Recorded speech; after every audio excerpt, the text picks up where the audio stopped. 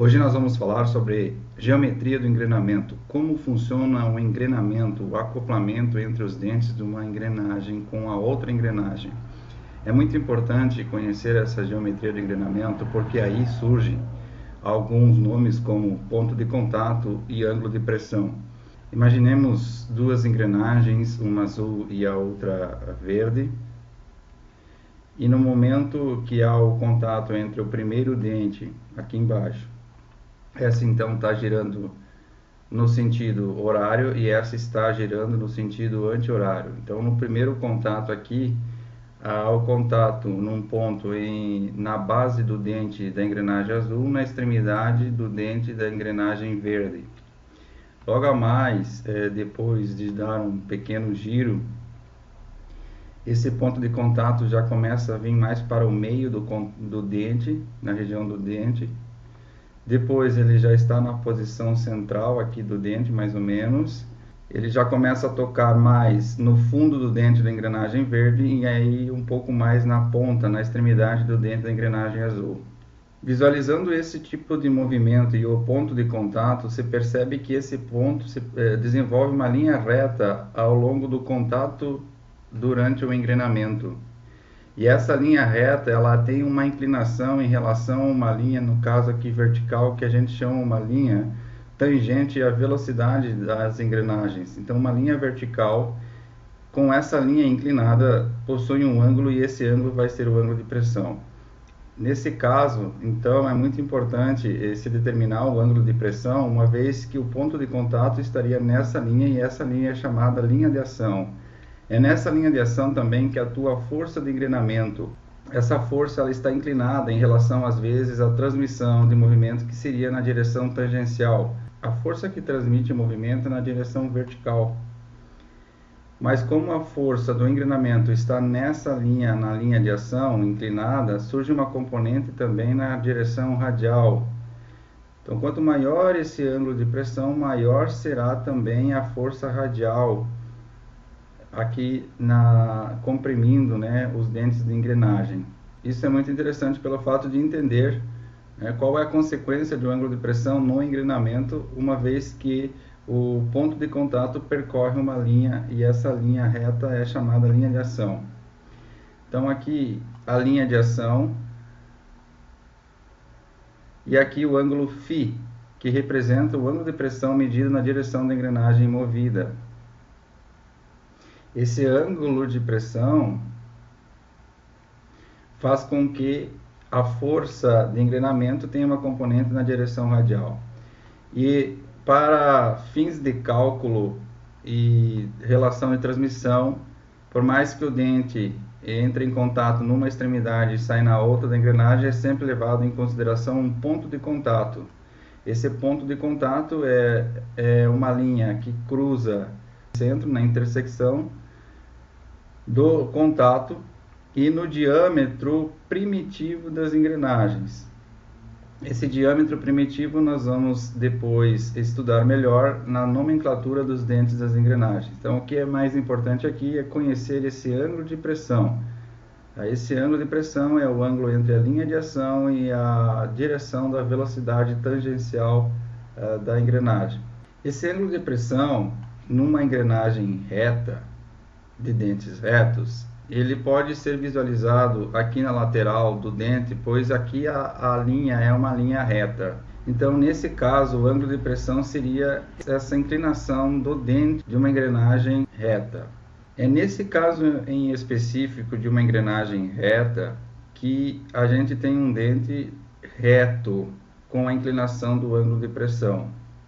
Esse dente reto, ele é um perfil conjugado no caso envolvente? Sim, porque essa engrenagem reta, ela possui um raio infinito. Tendo um raio infinito, a envolvente se desenvolveria a partir de uma reta e a consequência do envelope, né, da envolvente seria então uma linha reta. Então, no caso de uma engrenagem reta, o dente ele é reto, ele tem esse formato aqui inclinado e é exatamente com a inclinação do ângulo de pressão.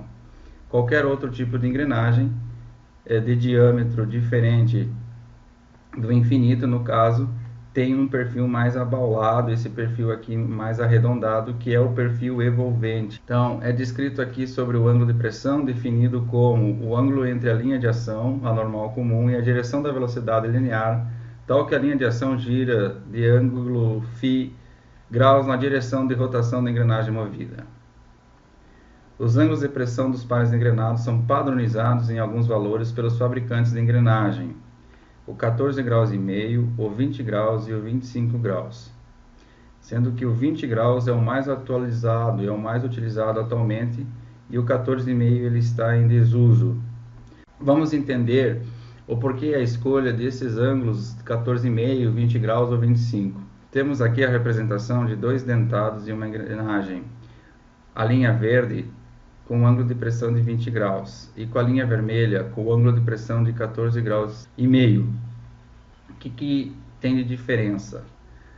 A grande diferença e o mais importante nesse caso é nós olharmos para a base do dente, essa região inferior. É muito importante que a base, a largura do dente na parte inferior seja a maior, uma vez que é onde o dente sofre mais flexão e pode vir a quebrar. Portanto, quanto maior a base do dente, melhor no caso de transmissão de grandes torques, de grandes forças.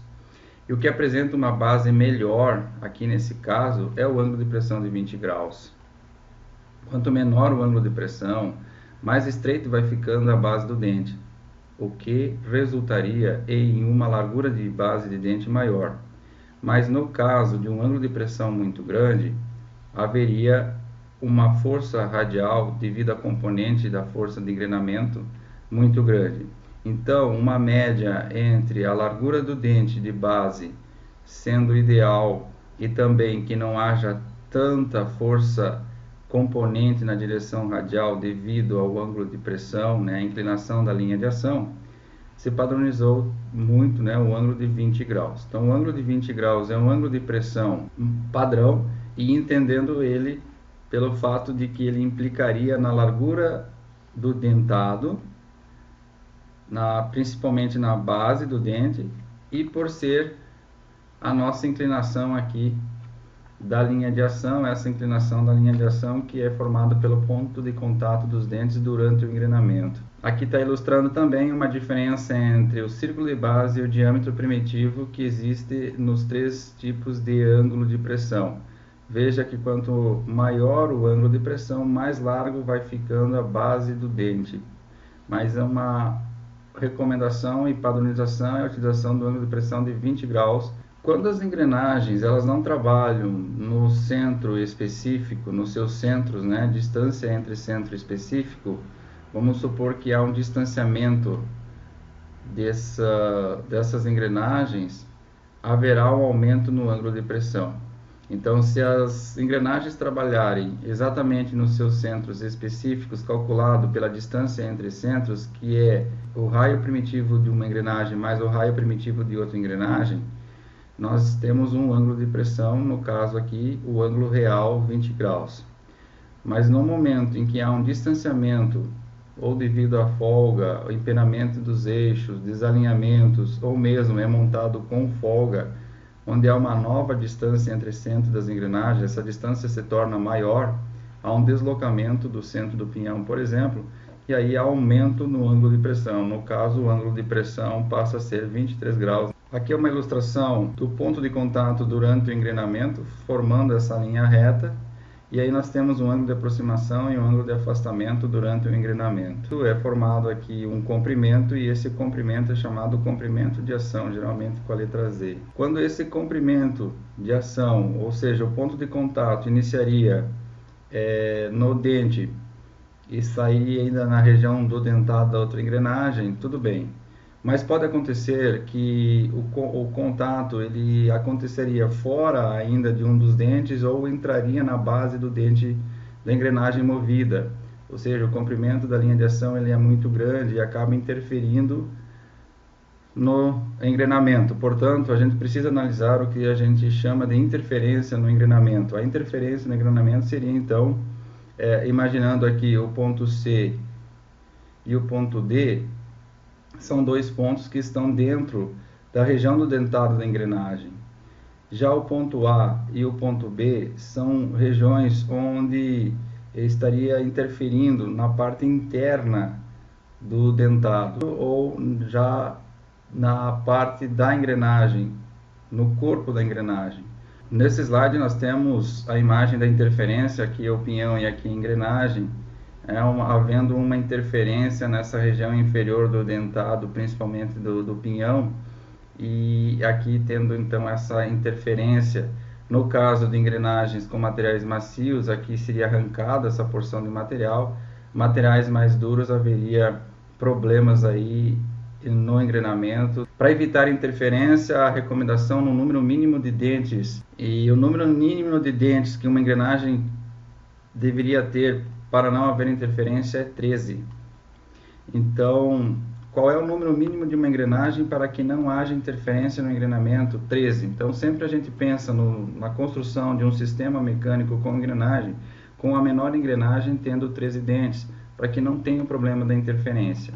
Então, uma engrenagem de 13 dentes, é possível se ter uma engrenagem movida até com 16 dentes. Então, uma engrenagem de 13 dentes engrena bem com uma de 13, com uma de 14 e com uma de 15.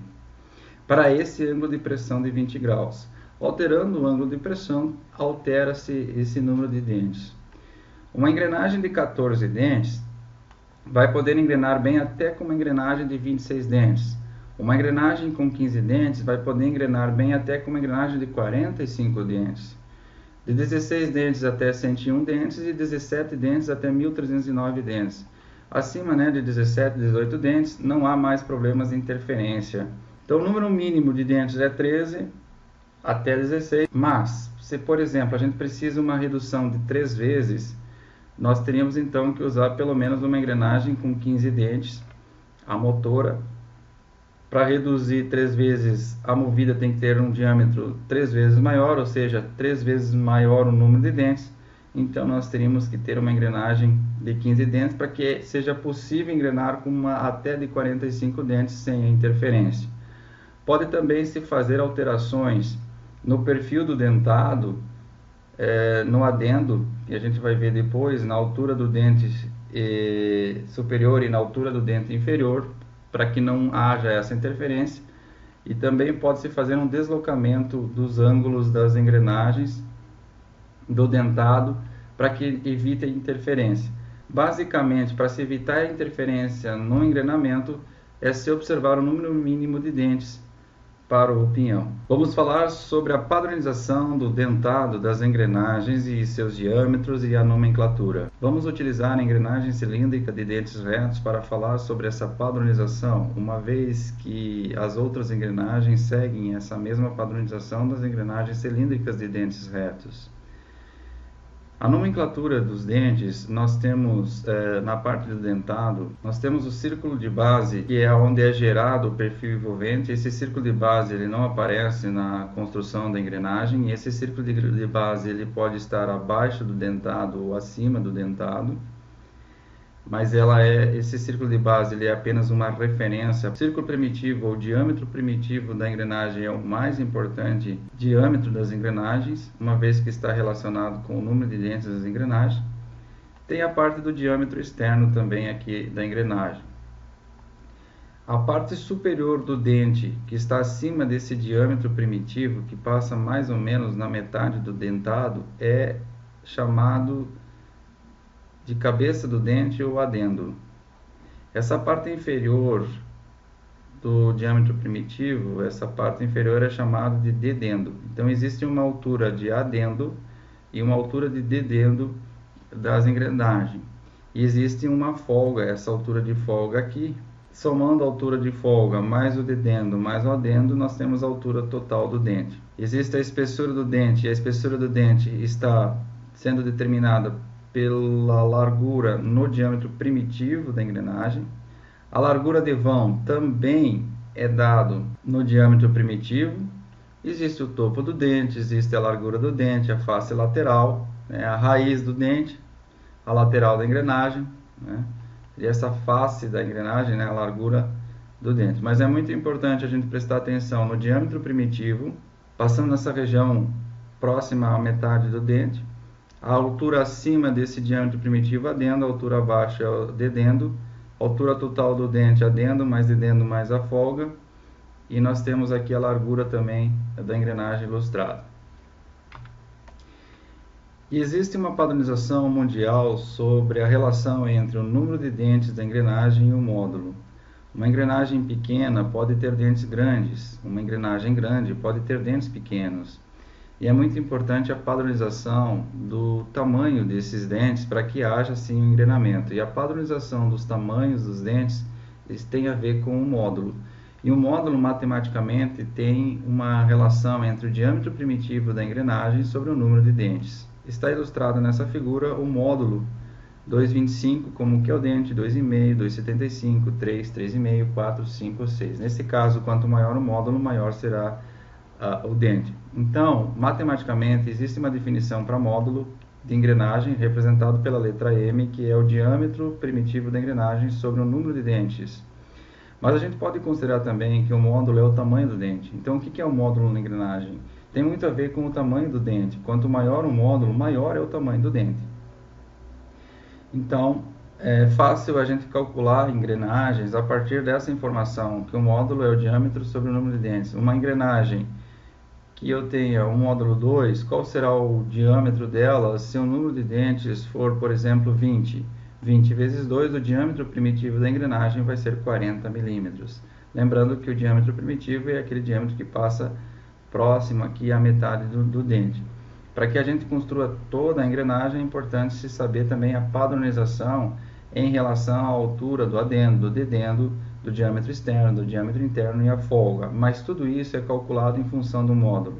Então, quando a gente vai fazer um projeto de uma engrenagem, ou conhecer uma engrenagem, ou medir uma engrenagem, ou fabricar uma engrenagem, é muito importante a informação do módulo. Com a informação do módulo, a gente consegue saber aí qual vai ser o diâmetro da engrenagem. No caso, o número de dentes é a contagem a partir do dentado da engrenagem, ou no caso de uma relação de transmissão, a gente precisa manter o mesmo módulo para que se garanta a transmissão. Então, já mencionando aqui, para que duas engrenagens se acoplem, é muito importante que haja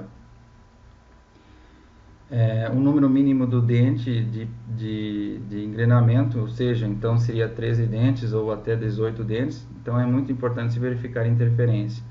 Uma vez se verificando a interferência, para ver o engrenamento entre duas engrenagens, é muito importante que elas sejam do mesmo tipo, que elas tenham o mesmo ângulo de pressão, que elas tenham o mesmo módulo e que elas tenham o mesmo perfil do dente, por exemplo, envolvente. Existe também um sistema americano que envolve as polegadas e define o passo diametral como uma relação inversa do módulo, sendo o número de dentes sobre o diâmetro. A equivalência entre o módulo e o passo diametral seria a relação entre a polegada e o milímetro. É muito importante que a gente considere sempre os módulos padronizados também na fabricação de engrenagens. São módulos que variam de 0,25, 0,3, 0,4, 0,5, 0,8 e depois de 1 em 1 milímetro, variando de 0,25.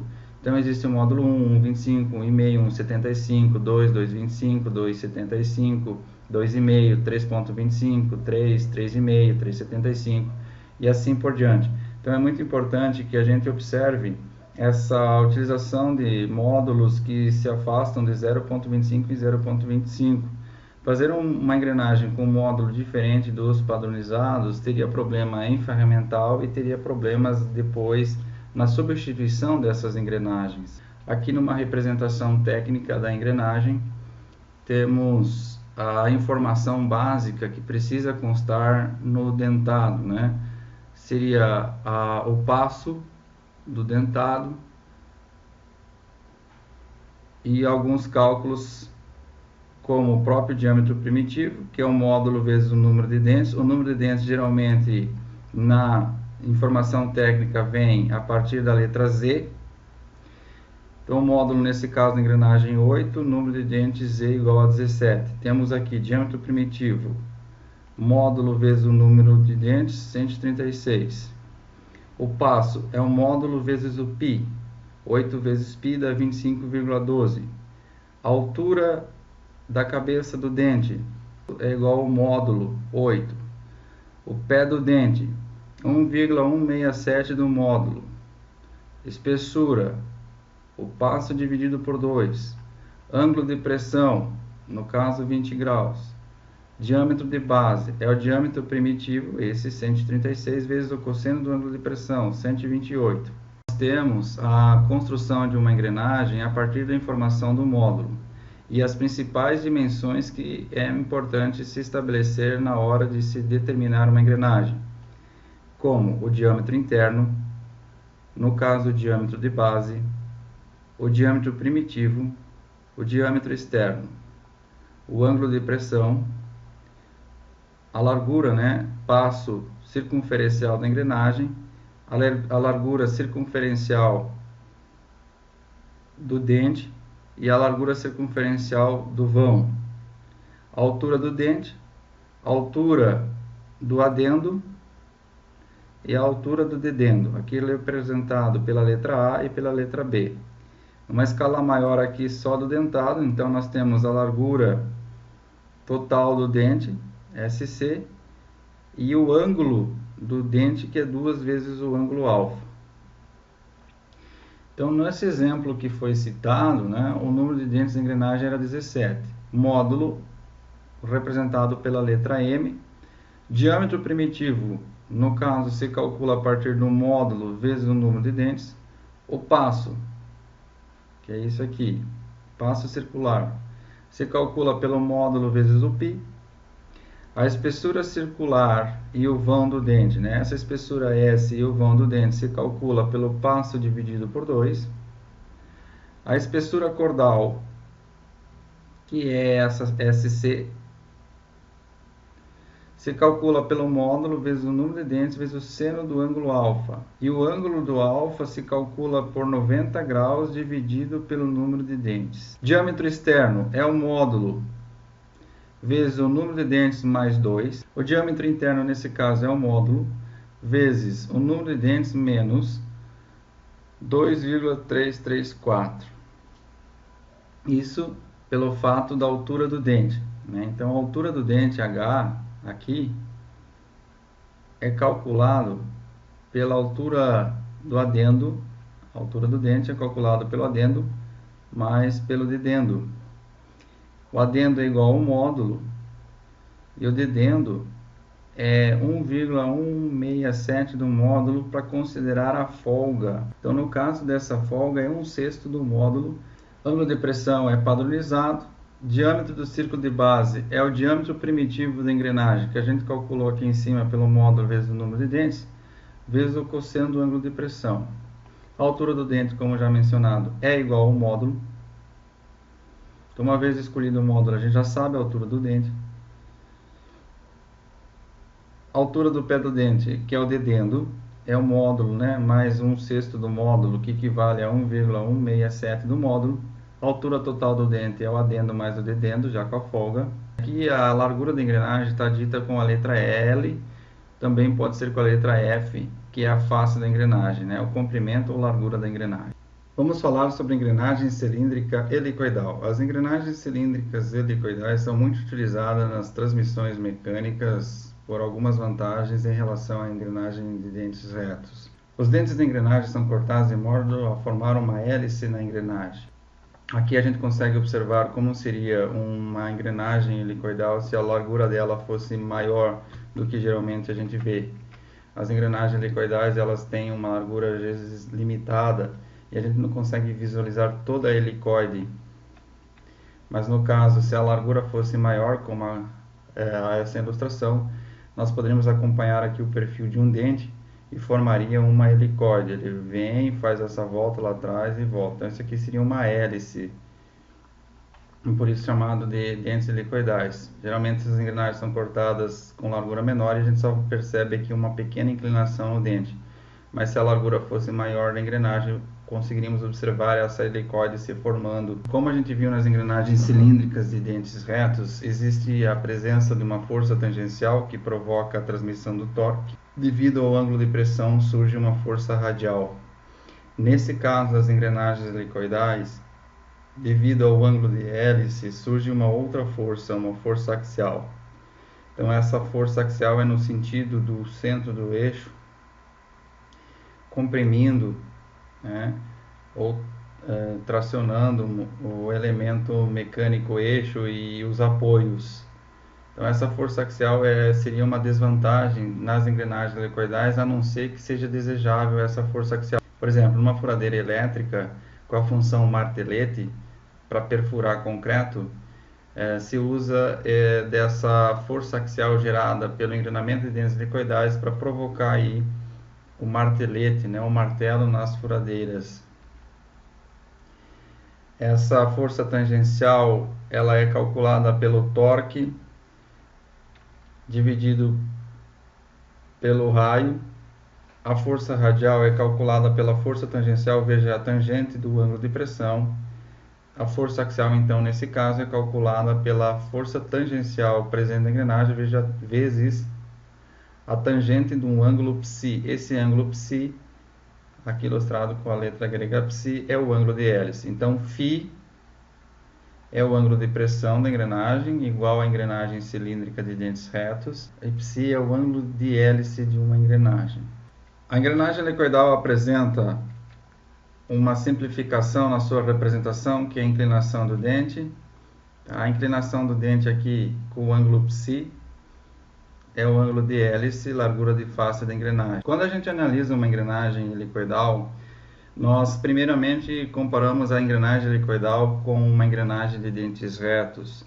Para essa comparação, é importante a gente desenvolver um corte simbólico, né? Numa direção aqui perpendicular à inclinação dos dentes, e esse corte de direção aqui inclinada, né? Esse corte E de forma inclinada na engrenagem vai gerar uma visão aqui muito próxima a uma elipse, né? Então, se a gente corta um cilindro de forma inclinada, aqui nós vamos ter uma visão um pouco mais próxima de uma elipse, não é mais uma circunferência. Nesse plano que a gente corta a engrenagem de forma inclinada, aqui perpendicular à inclinação dos dentes, a gente chama de plano normal. E é nesse plano normal que a engrenagem helicoidal fica parecida de uma engrenagem de dentes retos. Então é importante a gente conhecer o passo nesse plano, né, que é o passo normal. E existe o outro plano, que é o plano que a gente observa a engrenagem mesmo, né, olhando para ela, que é o plano circular ou plano transversal. Então aqui o corte já foi aplicado de maneira perpendicular aqui à linha de centro, né? Então ao fazer esse corte, nós vamos ver uma circunferência. Então quando a gente faz um corte que vê a circunferência, é o plano circular, né? Circular. E no caso, corte inclinado lá, normal, ao ângulo de hélice, nós estamos vendo uma elipse. Então, o plano normal a gente vê uma elipse, próximo de uma elipse, e no caso do plano transversal, a circunferência. E aí existe como a gente calcular uma engrenagem helicoidal a partir dessas informações do plano circunferencial e do plano normal.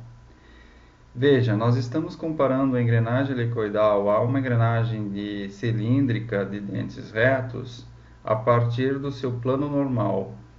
Então, tudo que tem a ver com a engrenagem cilíndrica de dentes retos tem a ver com o plano normal da engrenagem helicoidal.